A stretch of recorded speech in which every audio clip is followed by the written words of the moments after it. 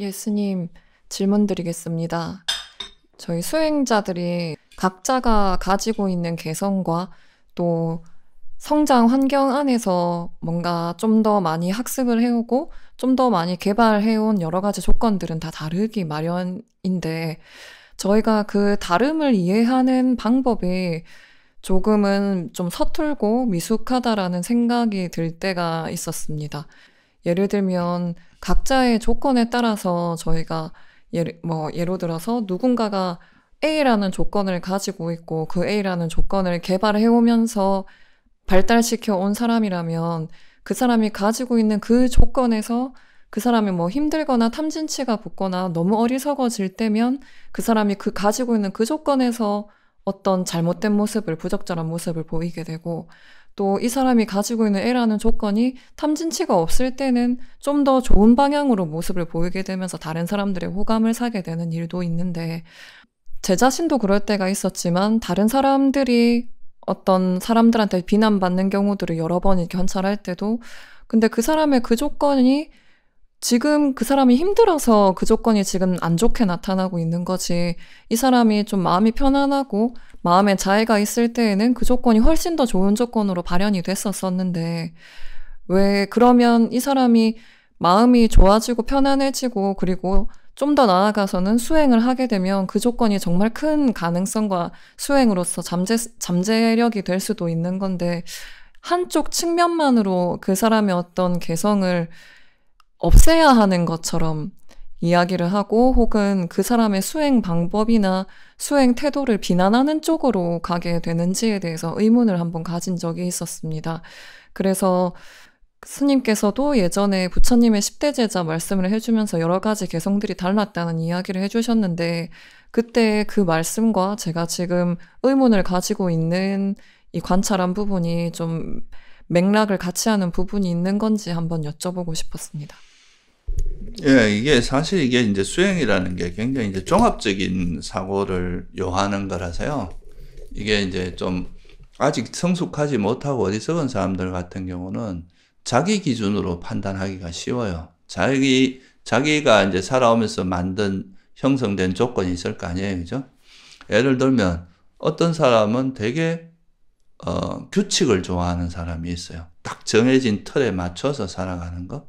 이런 걸 되게 좋아하는 사람이 있고, 또 어떤 사람은 또 이렇게 되게 유연성을 가지고 있는 사람도 있을 수 있거든요. 근데 만약에 이제 이런 규칙을 가지고 있는 사람들이 유연한 사람을 보면 저 사람은 왜 저렇게 중심이 없고 자기 멋대로 하냐 이렇게 생각할 수 있을 테고 유연한 사람이 판단할 때는 저 규칙을 좋아하고 이런 사람은 되게 답답하다. 저는 꼭 꽉 막혔다. 이렇게 말할 수도 있는 거죠.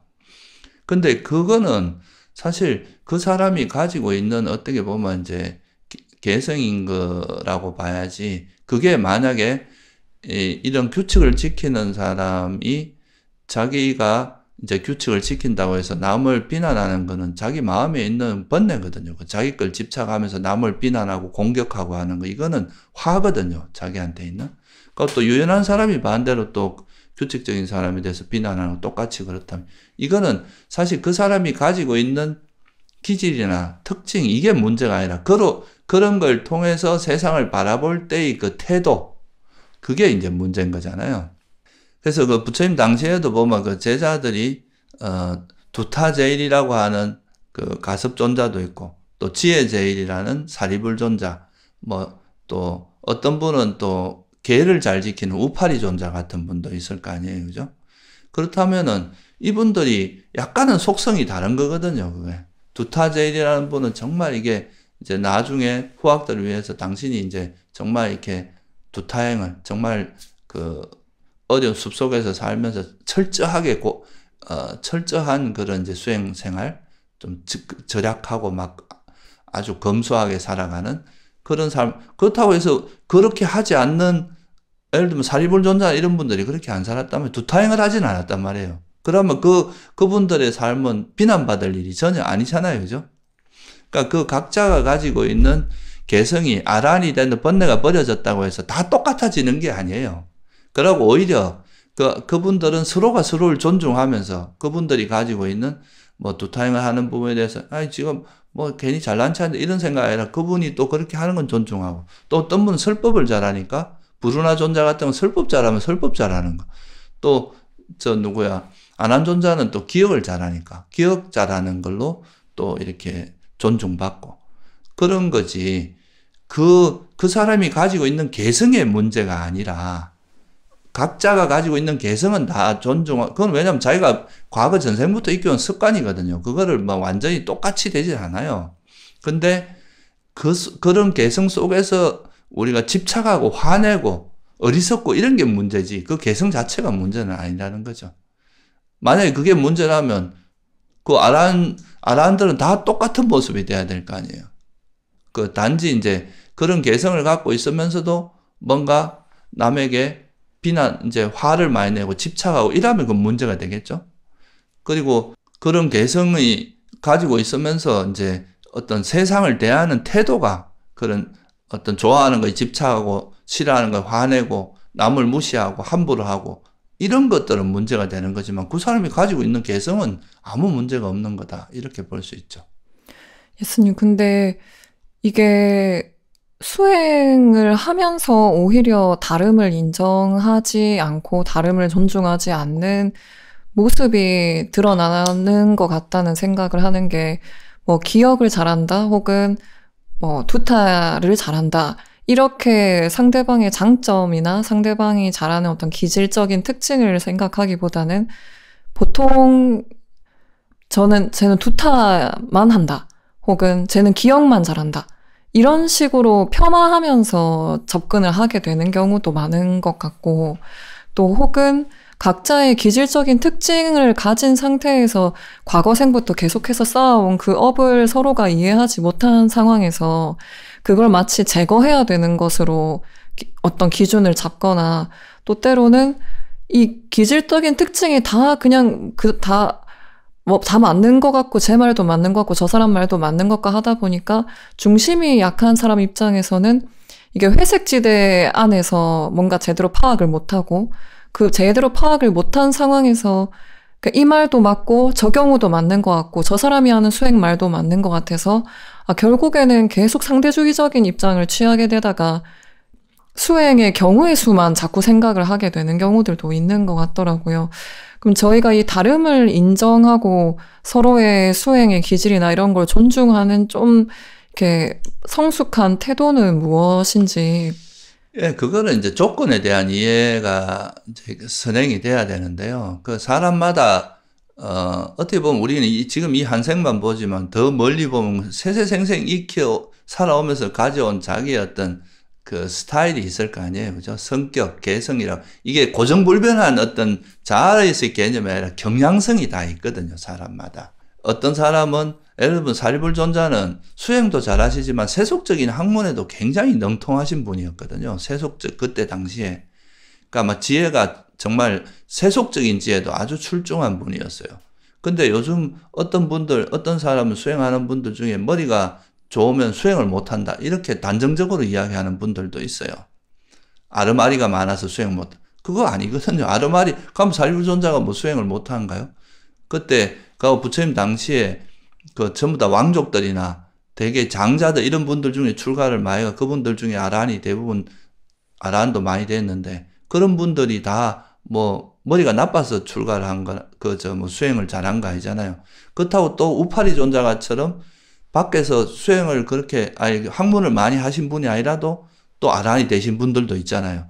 그러니까 이게 되게 다양성이 있는 거예요. 그 사람 그 자기 조건에 맞게 이제 형성된 그런 거는 누구도 부정할 수 있는 게 아니에요. 학문을 많이 했다고 수행을 못하는 것도 아니고. 근데 학문을 많이 했다고 자기가 자만하고 내가 많이 한다고 남을 무시하고 잘난 체하고 이러면 수행을 못하겠죠. 그거는 장애가 될 수 있어요. 근데 또 무식하게 이제 뭐 세속에서 뭘 안 배웠던 사람이 수행에 와서도 수행자로서 배워야 될 것도 등한시하고 이렇게 한다면 이건 또 뭐 수행이 잘 될 수 없겠죠. 근데 자기가 가지고 있는 어떤 다양한 조건 속에서 그 속에서 내가 어떤 세상을 대하는 태도에서 내가 그 사람이 가지고 있는 모습을 하나의 벽돌공장처럼 똑같은 모습을 찍어내는 게 아니라 자기가 가지고 있는 원래 그 모습, 우리가 문제는 우리가 세상을 대할 때 거기에 대해서 집착이나 화가 있는 거, 어리석음이 있는 거, 이게 문제잖아요. 그러니까 이 탐진치를 버리라고 하셨지 어떤 개성을 바꿔라, 똑같은 모습이 되라 이렇게 하신 적은 없잖아요, 경전에.